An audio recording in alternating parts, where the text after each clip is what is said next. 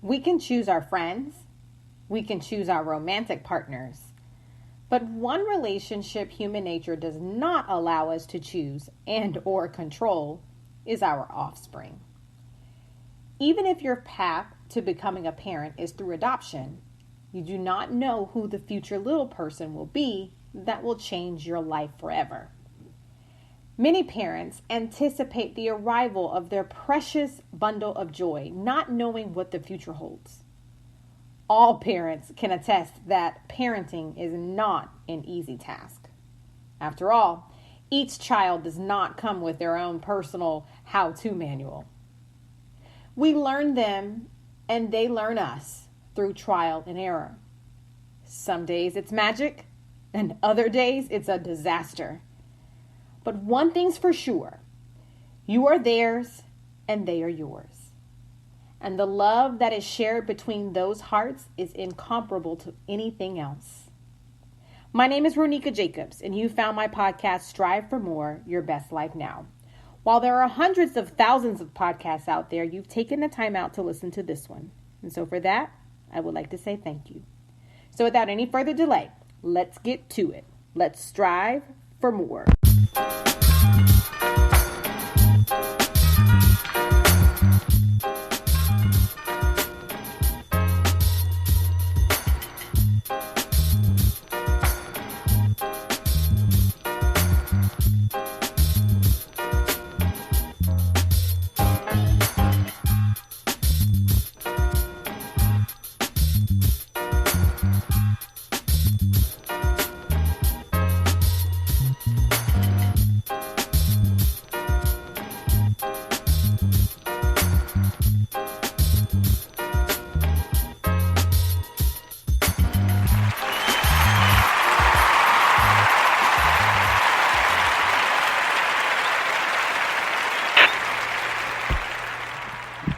This is a parenting edition, Motherhood, with a side of patience and a dose of support. My next guest, Paula Ferrari, is striving for more through parenthood. She is the mother of 2 boys who are 7 and 3. Her life took an interesting turn when it was discovered that her 3-year-old would be born with Down syndrome. She also works for the nonprofit organization Nothing Down. Nothing Down champions for families who have children with Down syndrome. In this episode, she will talk about what it has been like to parent a special needs child and how she is not allowing this disability to limit her or her son. Hi, Paula. Welcome. Thank you so much for being a guest on my show. How are you? I am great. Thank you for having me. Oh, doing as the world is emerging from this COVID-19 pandemic? We are doing the best we can. To be perfectly honest, we're just doing the best we can. We are keeping busy, juggling. I work full-time in addition to working for Nothing Down. We were dealing with homeschool. My youngest is, I think, in his last week now. My oldest just finished last week, so I was dealing with work, homeschooling 2 children. My husband is in the agriculture business, so he is not home a lot this time of year. So it has just been a balancing act, and I must say that the biggest way that we are coping with all of that is just making sure that we all work together. And that's been the biggest help, is just making sure that we kind of all work as a team in all facets of this new lifestyle here. As long as everyone is working together, that is very helpful. Okay, so Paula, your youngest son has Down syndrome. Can you share with the listeners exactly what Down syndrome is? To boil it down to its simplest terms, Down syndrome is simply an extra copy of the 21st chromosome. That's all it is when the cells divide, where we typically have pairs on number 21, there is an extra copy, and that's all that it is, really. There is no spectrum. That is a common misconception. We'll hear it all the time about our son that, he must have a mild case, or he doesn't have it that bad. Maybe he just has a touch of it, but That is not the case. You either have it or you don't. The challenges or obstacles that come along are unique to each child who has Down syndrome, which I always say is unique to each child no matter what their diagnosis is. Each kid is unique. So, yeah, at its simplest term, it's just an extra chromosome. That's all that it really is. Thank you. Thank you for sharing that information. Now, unfortunately, I know children can be mean to other children, especially when they encounter someone who is different from them. How have you explained the disability to your older son so that he understands? We actually told him before his brother was even born. I did get the diagnosis when I was about 11 weeks pregnant. So I found out very, very early on, and we started preparing immediately. Our oldest son is extremely bright and wise beyond his years, so we felt that he could handle knowing ahead of time. We just told him, at that time he was 3 going on 4, that his brother was going to need some extra help, and that in being a big brother, he was going to have to be a helper, which most kids get excited about that, having someone that they can help take care of. And we just explained to him that, you're going to have to help a little bit more, and there's going to be people in and out of our house that weren't here when you were younger, that will be here for your brother, and they're just here to help make life easier for us and help him achieve his goals. And he has fully embraced that role. He is his brother's biggest teacher and biggest role model. He's his favorite person in the world, and they just make the most adorable little team. And it's fascinating to watch their relationship evolve. Oh, that's adorable. So how can other parents teach their children to accept children who are different from them? To just understand that even if a child has a diagnosis of Down syndrome, autism, if they've got a common cold, our children aren't the label. Our kids are our kids, and to just learn to love them and give them a chance, get to know him instead of his diagnosis, and learn. One of the biggest things I've learned is to learn from the kids.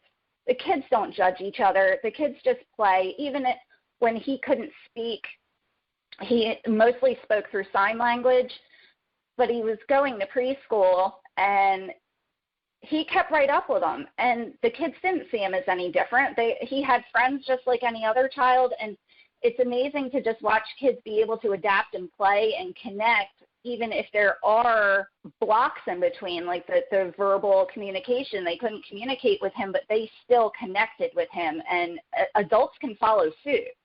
Yes. As adults, we can be the best models for our kids, but sometimes we can look to kids to be the model for us. Absolutely.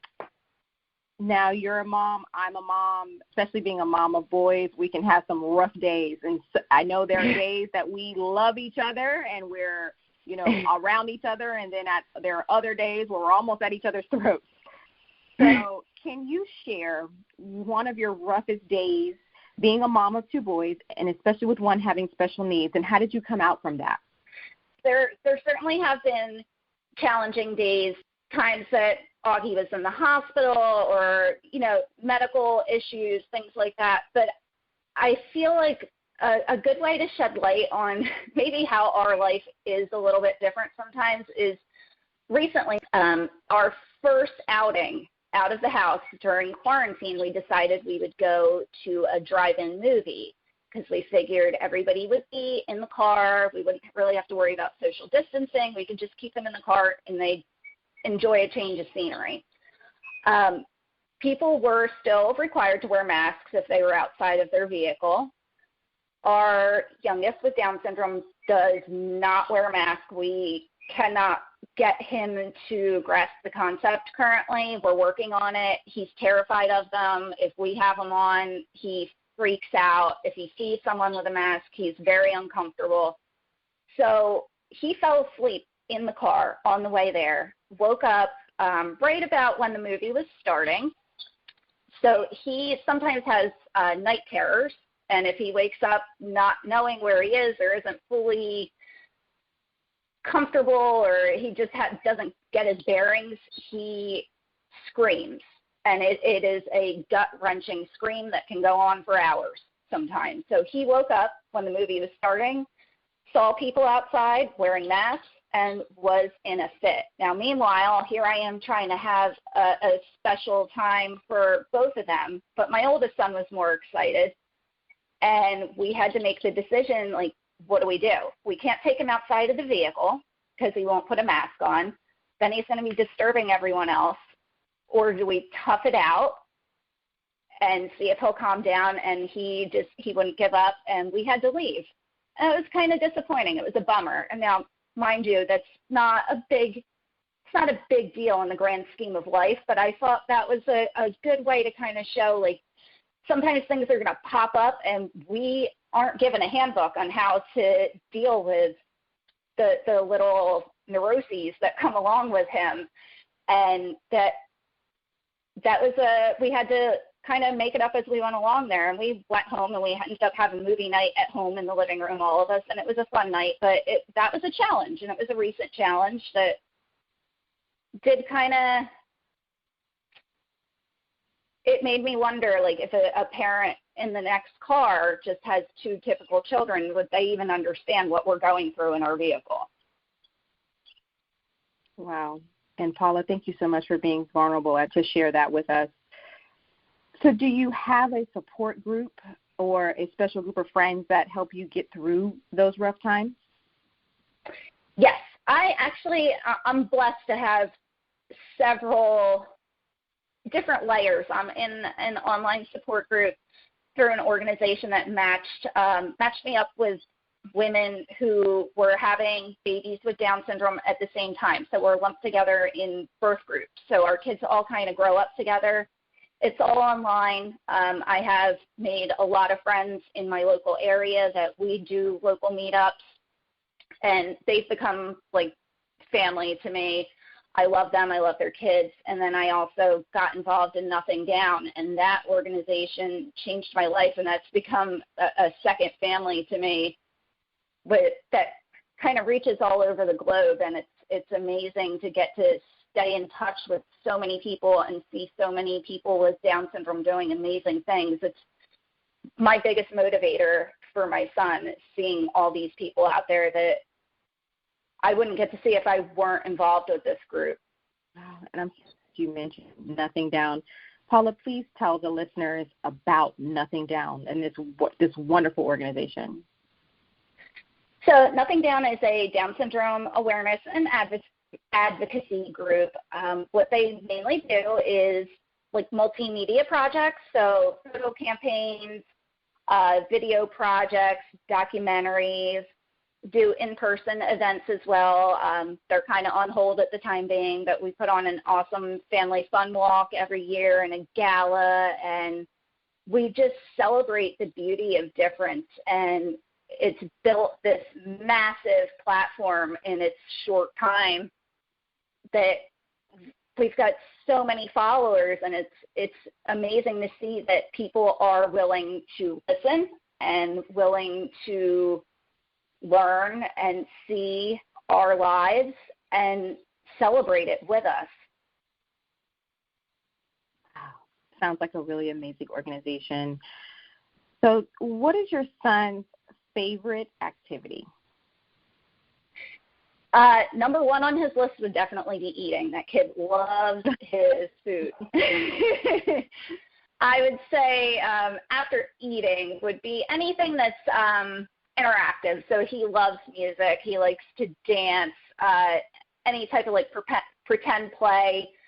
So he's into what we've currently been doing a lot of. If we can't get outside, he likes these, like the exercise videos that'll play music and tell you things like to dance along to, like a lot of dance like an animal. So he gets to learn animal sounds, and he's working on his speech, and he gets to move and kind of gets all the energy out. So anything that is interactive rather than to just like try and sit down with him and do some flashcards, might be a bit more challenging, and he does respond well to those, but he likes having more of his senses involved. And as a family, what do you all enjoy doing? We like to take it easy together. Like I said, we're all really busy, and with my husband being in the farming industry, he's home one day a week, if that. So when we're together, we like to just take it easy. We go on a lot of hikes or just play outside together. Like today, we're going to take the kids out for a bike ride, but we really just like to be together and enjoy that time and get to watch them play together, watch them grow, and just appreciate them. Yes, always playing with our kids. I know for me, it always brings me such joy inside. Now, Paula, yes. Can you please give some encouraging words to parents out there who are parenting children with special needs? I would say to not focus on the speed bumps. Don't worry about the potential roadblocks. Everything doesn't have to be a battle. I see so many parents worry ahead of time for what could go wrong, what might go wrong, IEP meetings and such with education. Don't go into everything looking for a fight if you don't have to exert the energy, and don't worry about what your child might not do, and instead celebrate what they can do. And it makes it so much more beautiful when they do achieve those goals. Like, I took it for granted with my older son, and especially with him being, I don't want to toot his horn, but I do want to toot his horn because I'm his mom. He's a super smart kid, and things came easy for him. And sometimes we just rush through childhood with them, and with our son with Down syndrome, we got to celebrate everything. Like when he didn't walk until he was over 2 years old, and to see him fight so hard to achieve those goals, even if it might be something so small in someone else's life, celebrate the heck out of it, because they're only kids once, and to just embrace every moment, and you don't have to go into everything with battle armor on. That is very true. That is true. Well, and sometimes it could be so exhausting. Exactly. Yes. Okay, Paula, I have one last question. Usually I like to ask my guests one last question. It has nothing to do with the topic that we are talking about. So my question to you is, if you could tell your younger self something, what would you tell a young Paula? That you can't plan for everything. You really can't plan for anything. Just when I became a mother for the first time, I didn't know how to be a mom, and I think anybody who can tell you that they've got it all figured out is lying. And by the time I thought I was catching my bearings, I then had to figure out how to parent a special needs child. And I can remember a very vivid moment the day I found out. I was at work, and I walked up to one of my friend's cubicles, and I started crying, and I said, I don't know how to do this. And you actually have the quote posted on your Facebook page, and it's one of my favorite quotes from Nelson Mandela, that it all seems impossible until it's done. And in that moment, I thought, there's no way I can do this. I'm not equipped. I didn't go to school for this. I don't know anything about this, but here I am, and I think I'm doing a pretty good job at it.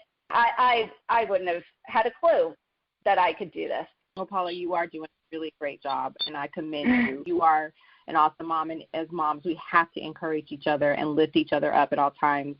Thank you so much for your time. I really appreciate you.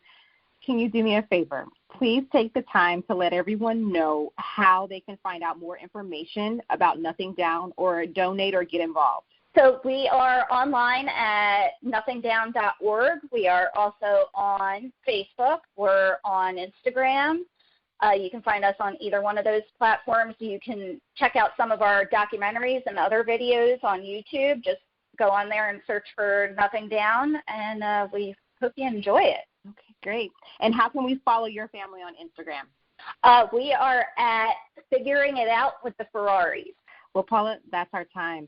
I would like to wish you and your family nothing but blessings and abundance in the future.